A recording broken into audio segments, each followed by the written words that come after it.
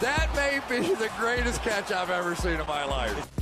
Okay, we're going to have a lot to do in this video. We are going to give a complete rookie prospect profile, talk about some strengths, talk about some weaknesses. At the end of the video, I'm going to be able to provide you real, actual dynasty value for these rookie because I've been in 10 plus dynasty startups this offseason, and a lot of those we're actually drafting rookies in, so I can give you some real life data. And also, we'll talk about some historical comparisons, and we will talk about the biggest red flags you are ever going to see with the running back profile. But of course, before we get into it, you know what I'm going to ask for? Go down there, drop a like on this video, subscribe to the channel if you play Dynasty Fantasy Football, and most importantly, if you disagree with a part of my process, if you disagree with what I'm doing here with this video or anything that I say, let me know down in the comment section. Let me know what I got wrong. I am continuously trying to improve. I know a lot of people watching this video are a lot smarter than I am, so please share your thoughts with me. Now, that should be it. Oh yeah, one other announcement. Of course, if you have not got our Dynasty Research book by now, go do so, flockfantasy.com, or you can go sign up for Underdog Fantasy. And when you sign up for an Underdog Fantasy with promo code FLOCK, you get our Dynasty Research book, which talks a lot about rookies in there. Not only do you get our Dynasty Research book with over 100 pages of valuable information, you also get your first deposit match dollar for dollar up to 100, and you get a month-long trial of our premium locals content just with that deposit to Underdog Fantasy, where you can check out player props. More importantly, you can get into drafts with us. But that should be it. Let's go through. Let's dive into this rookie. And I think most people should know this. It's going to be Isaiah Spiller. Now, with Isaiah Spiller, I have to start the video off by talking about some of the strengths and talking about how my thoughts have changed this offseason. Because y'all know, back in January, back in late December, I'm previewing this overall rookie class, and we are having to throw out way too early running back rankings. And everybody's really excited to look at those guys at the beginning of January, even though they're way too early and we don't have any official data points just yet. And we were looking at Isaiah Spiller and Breece Hall, and I ranked them back to back. Essentially, if someone asked me, Mason, would you rather have Breece Hall? Would you rather have Isaiah Spiller? I tossed my hands up in the air and I said, you know what? Way too early to tell. These running backs look identical. If you looked at the sizes that Iowa State and Texas A&M reported these running backs to be, looked like Isaiah Spiller was going to have a higher BMI. If we looked at the reported 40-yard dash projections, looked like Isaiah Spiller was potentially going to be a little bit faster. And because of this, if you went and looked at projected NFL mock drafts, people were projecting Isaiah Spiller to go higher than Breece Hall in the NFL draft. Well, since then, everything has changed. Now, let me give an overall prospect profile of Isaiah Spiller before we get into a lot of the juicy information later on. And with Isaiah Spiller, this is a running back that the 40-yard dash time is going to be important. I promise you that. Just wait until later on in the video and I can provide you real data on how important this is. But just to build this overall profile, the reports that I am reading are saying that Isaiah Spiller ran a 4.63. Now, we know that pro day times are always supposed to be faster than NFL combine times. There are a couple of reasons. A, they're hand timed, they're not laser timed. And B, these players are able to go through their regular routine. These players go to their college campuses. It's like a normal workout. It's like a normal practice for them. So it would make a lot of sense that they're able to run a faster time there, that they're able to put up more reps on the bench press than hopping on a flight and going and having to run a 40-yard dash like 7 p.m. in Indianapolis. I think that makes a lot of sense for everybody. Now, I'm not going to knock Isaiah Spiller's 40-yard dash time down. If anything, I'm going to give him some wiggle room later on in this video, but let's mark it down right now as a 4.63 because those are the official reports. And the size, these are numbers from the combine. There's nothing more accurate than this. 6 foot, 217 pounds. So his BMI is 29.43. 29.43. Let's mark that down because it's going to be crucial later on in the video. And this BMI is lower than what Texas A&M reported it was going to be coming into the offseason.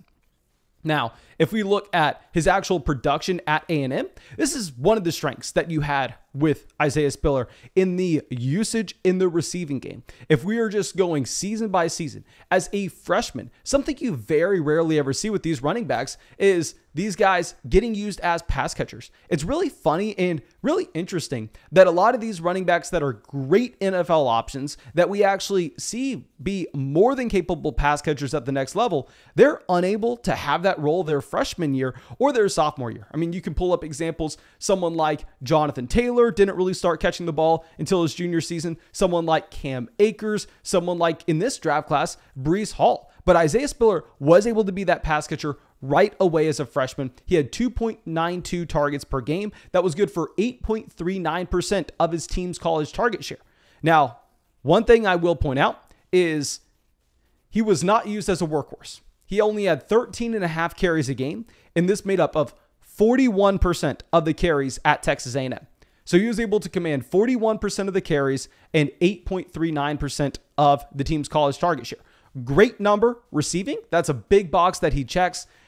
Obviously, we want to see continued improvement with the overall workload. Going into his sophomore year in 2020, he did take that step forward. He actually has 18.8 carries a game. This was essentially exactly 50% of the carries on a per game basis, but that's a little misleading because you actually had Kellen Mond accounting for a decent amount of carries. Obviously, the quarterback there accounting for carries can't really go to Isaiah Spiller. So although he only accounts for 50% of the rushing attempts on a per game basis at A&M, if anything, I'm willing to overlook this. I think he checks that box to be able to have that workload. He does take a significant step back, however, as a junior, going down to 14.9 carries per game, down to 43% of his team's rushing production. I mean, not even production, carries per game.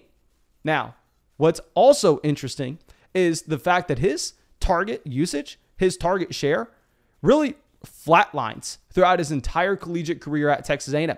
Now, I'm not going to knock that against him. I can't find any historical trends, any historical data that shows that that should be a red flag. I think we can safely say that Isaiah Spiller checks that box as a receiving running back. He can easily be that at the next level.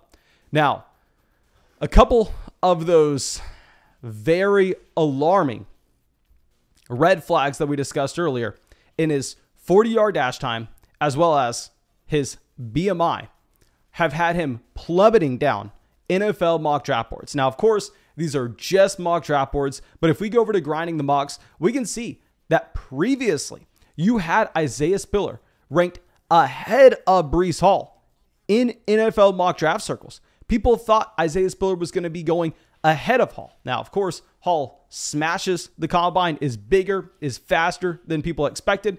But really, the reason Isaiah Spiller has fallen so much is that 40-yard dash time, is that overall BMI.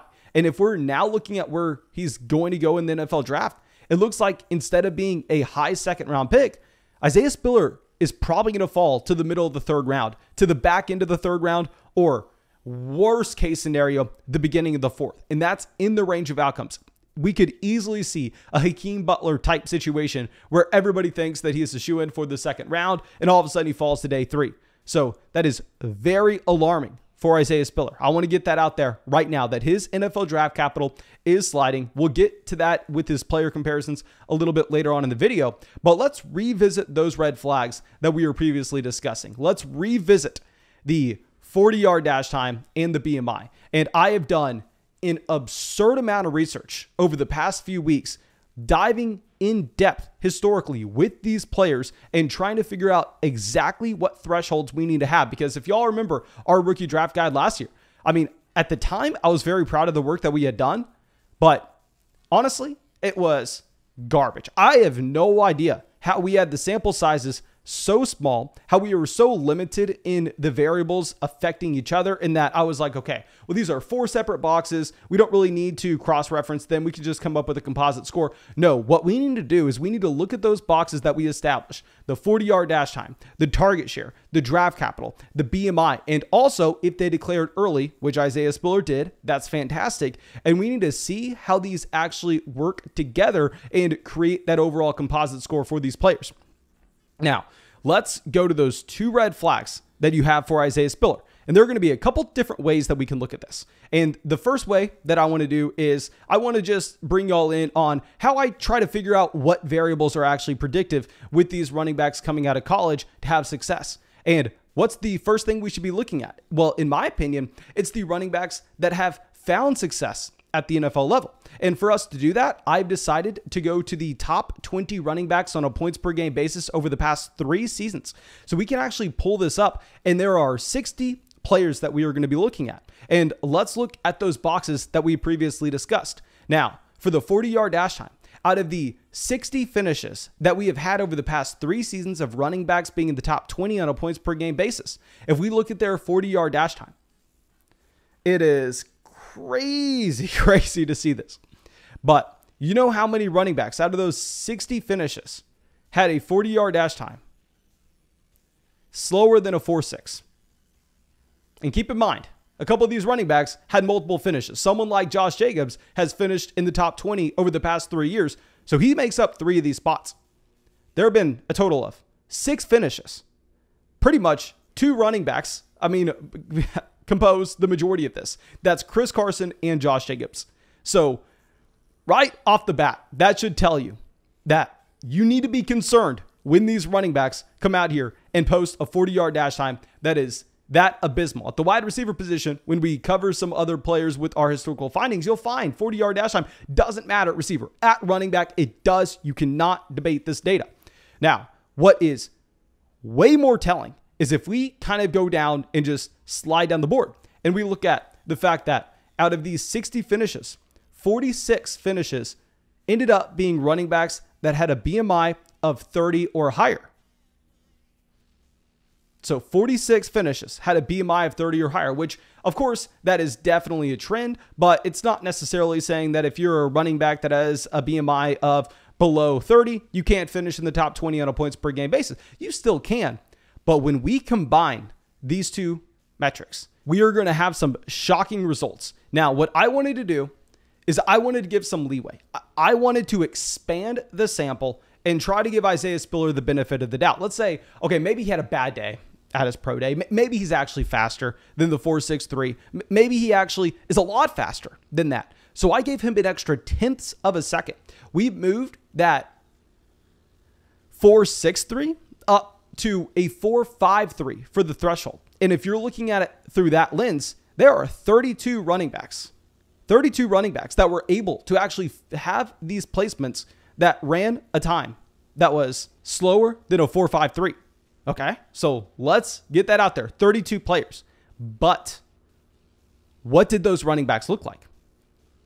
Those were big-bodied running backs that can handle 25 touches a game. Now, to prove this, what I have done is out of that 32 group of running backs, and keep in mind, we just made Isaiah Spiller a faster guy. We just made him faster. We moved him from a 4.63 to a 4.53. And we're looking at that group of 32 running backs. You know how many of those finishes had a BMI less than 30? 2. 2 finishes. And both were Chris Carson. Let me repeat that. Running backs that ran a slower time than a 4.53 and had a BMI less than 30. The only finishes we have had in the top 20 on a per game basis over the past 3 years came from Chris Carson. That is crazy, especially considering the fact that you didn't have Isaiah Spiller running a 4.53. He ran a 4.63. You can't debate this data. Now, just in case you think, okay, well, Mason, you're looking at a small sample. Mason, come on, you're skewing this data for us. I don't know how, but you are. Okay, I'm going to look at this in a different light. What I've decided to do now is go through and map out every running back that has been drafted in rookie drafts since 2014. Y'all saw this in our Dynasty research book. We pulled this data from DLF with their ADP. We tracked how their ADP moved through the first 3 years of their NFL career to try to figure out which range we should be drafting rookie running backs, which range we should be drafting rookie wide receivers, what's the expectation for their hit rate, and how many of these players increase in dynasty value. So we had all that information. We have these 91 running backs drafted in dynasty drafts since 2014 mapped out already.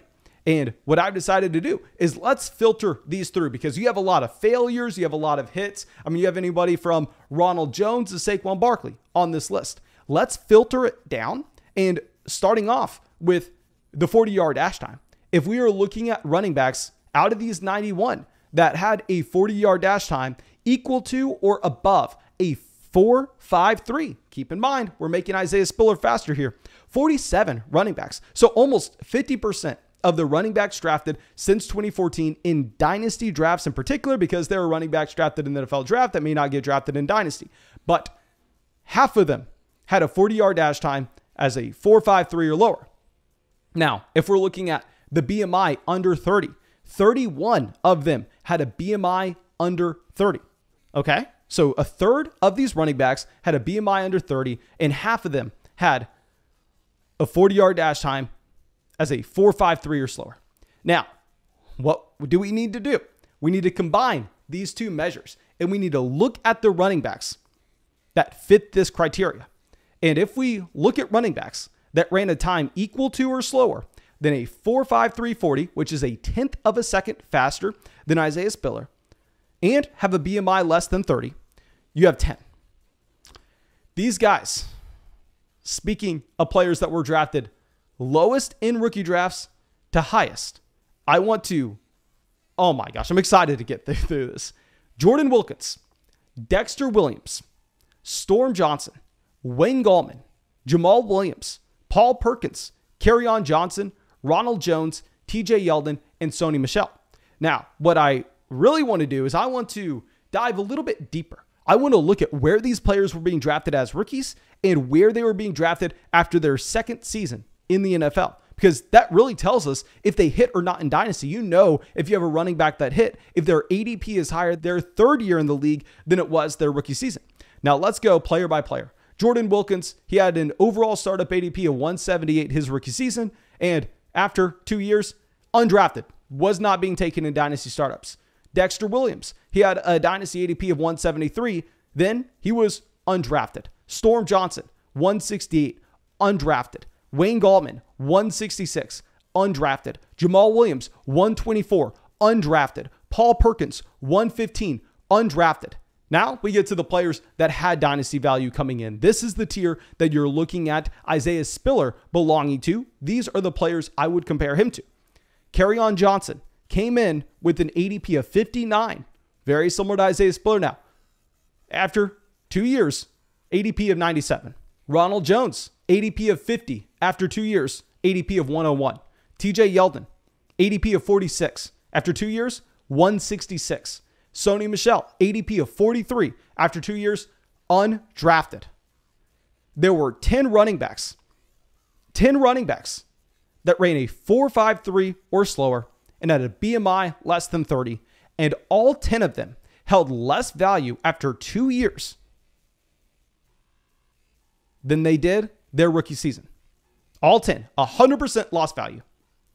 Now, I understand a lot of people want to act like the 40-yard dash time doesn't matter. I don't see how you debate this. Now, what I also need to do is let's talk about real Dynasty value. Let's talk about where he is going in Dynasty startups, because I will admit, I drafted him in one of these. Now, if you look at all of these leagues, I tracked 5, the last 5 startups we've been in.